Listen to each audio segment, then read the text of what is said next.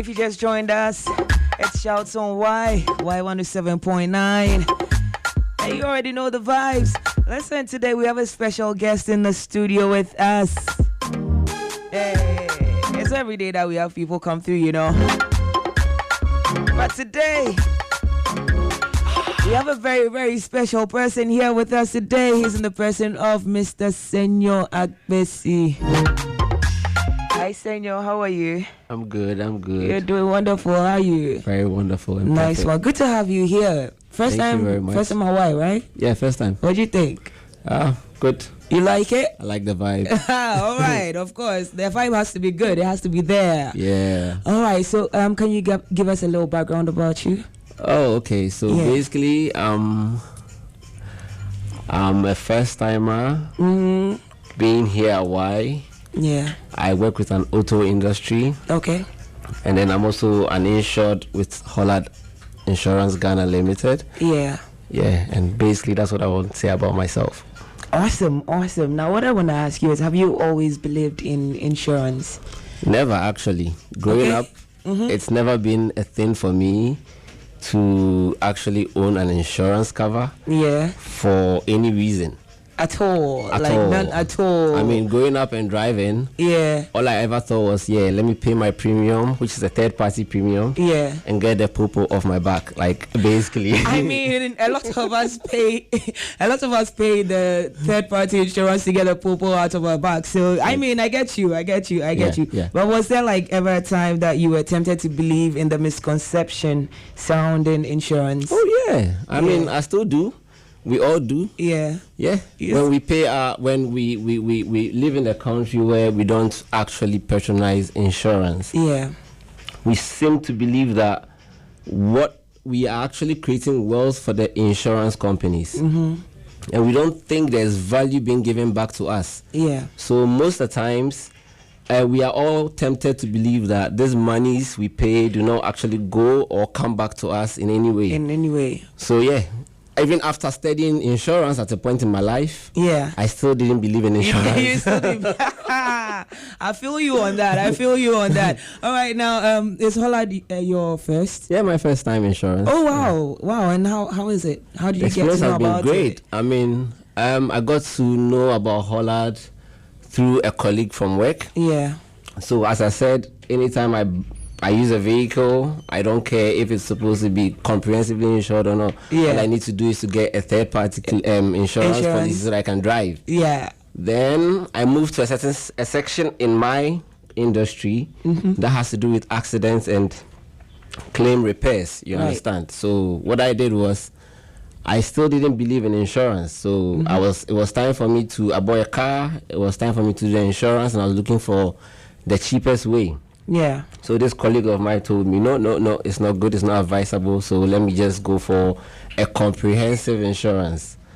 So I did. I didn't know how it was going to work, but then I felt the amount they were quoting, or she was telling me about, was too much for my budget, my pocket. But she told me it was worth it. It was worth it. So she called this lady from Hollard Insurance, and then she came down to my office, talked me through, and then we started. Then the business and the relationship started, and it's been great. What was your first policy with Hollard? So I bought a 90% cover for my vehicle. Yeah. A Toyota Corolla. Okay. Yeah.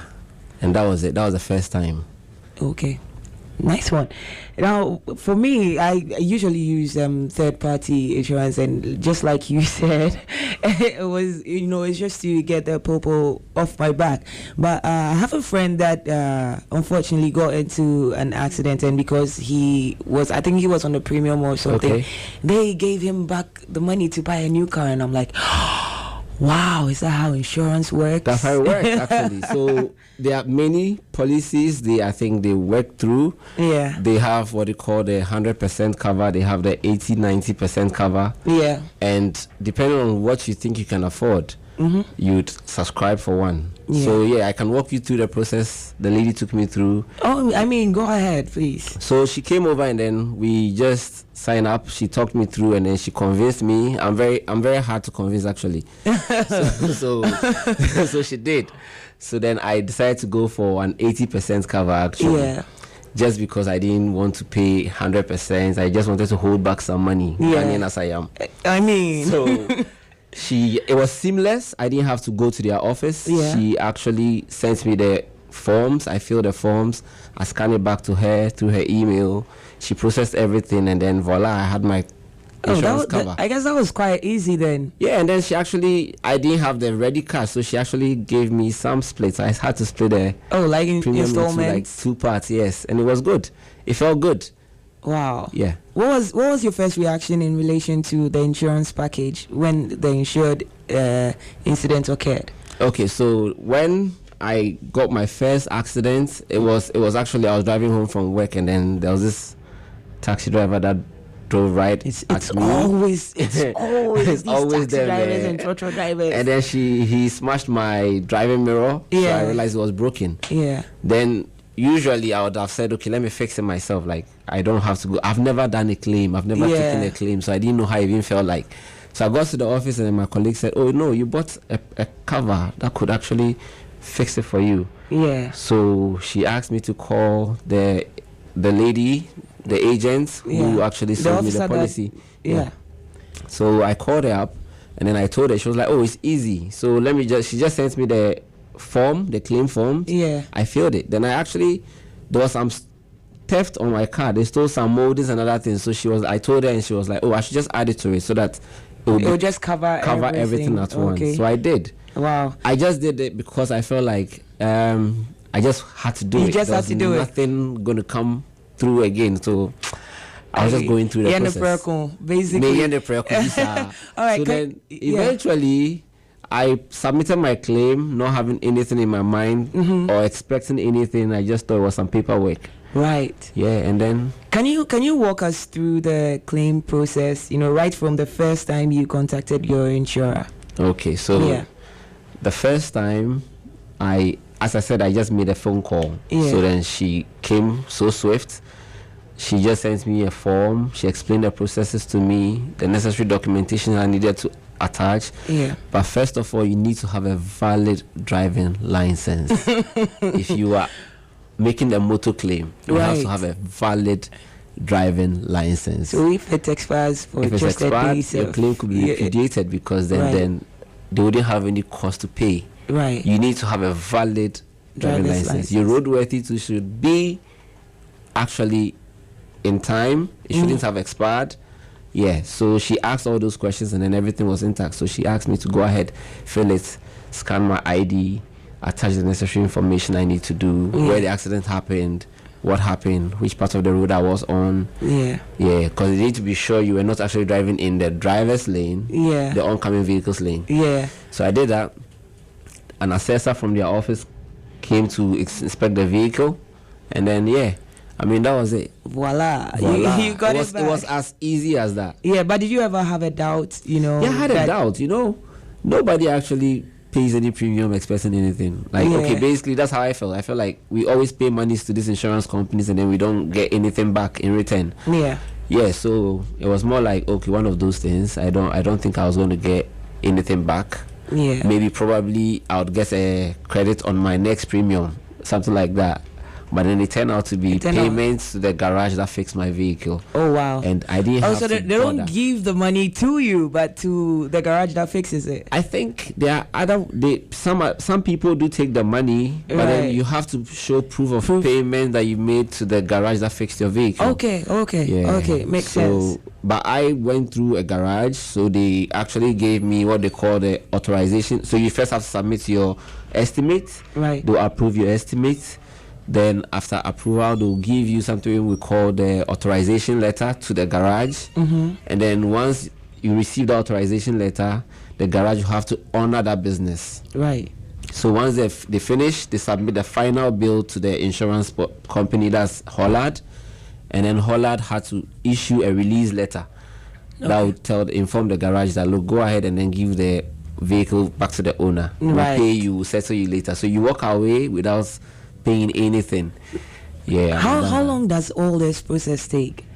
It really depends on the fixing time, but then I think once you sign your discharge voucher, I should think within 2 weeks. Within 2 weeks, you would have been settled. Wow. All right. So, how would you describe the Hollard claim process in one sentence? Just one sentence. Swift. Simple. Mm-hmm. Yeah. I mean, swift and simple. Everybody should get on. Everybody should get on. Just get on. All right. Per your experience with Hollard Ghana, listen, convince me. I mean, I always do the third party. So the way someone convinced you to get into it, I need you to convince me as a layman. Okay. So conviction starts with your personal commitment to your own safety. Yeah.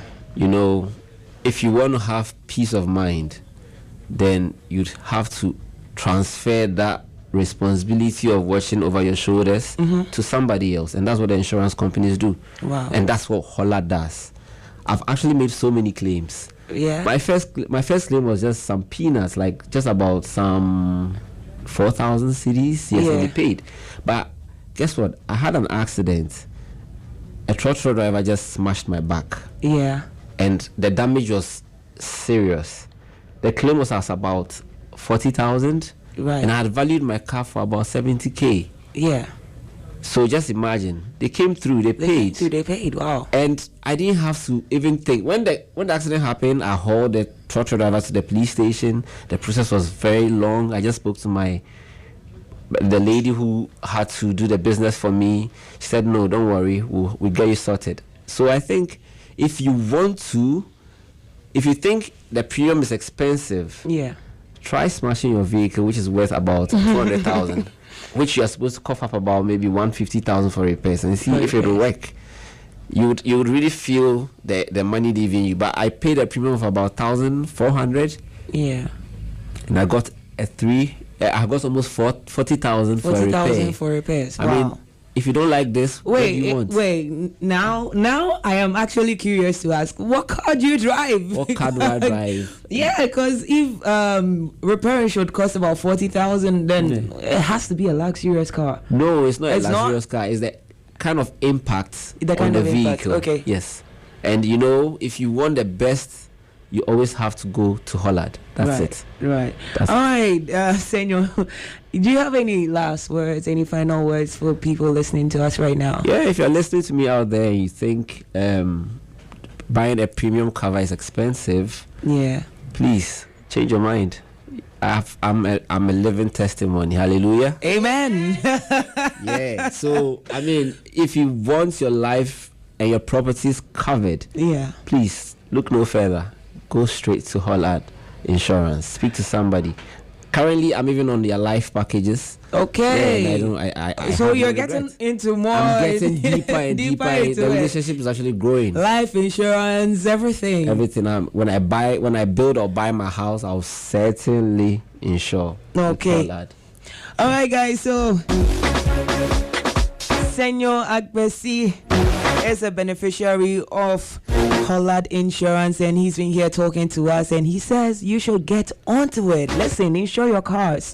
You never know what might happen, because listen, quite recently I was driving some friends to town, and there was this madman on the road, and just when we got close to him, he jumped into the road, and then I swerved and then hit the side of the car. The side mirror hit him, and then it broke.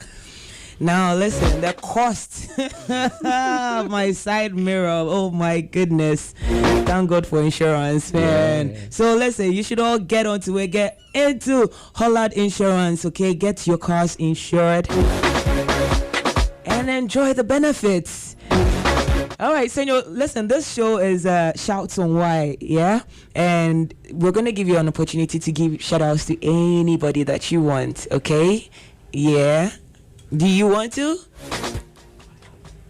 I mean, you don't have to, but I want you to. Okay, so my shout-out goes out to Hollard Insurance. And then my crew at TGCL, they know themselves. And then to my family, yes, to my friends out there, and anybody who doesn't have an insurance cover, shout out to you too. Get one. That's all. All right, people. So Senor Agbesi was our guest right here on Shouts on Why. Thank you so much for passing through. Thank you.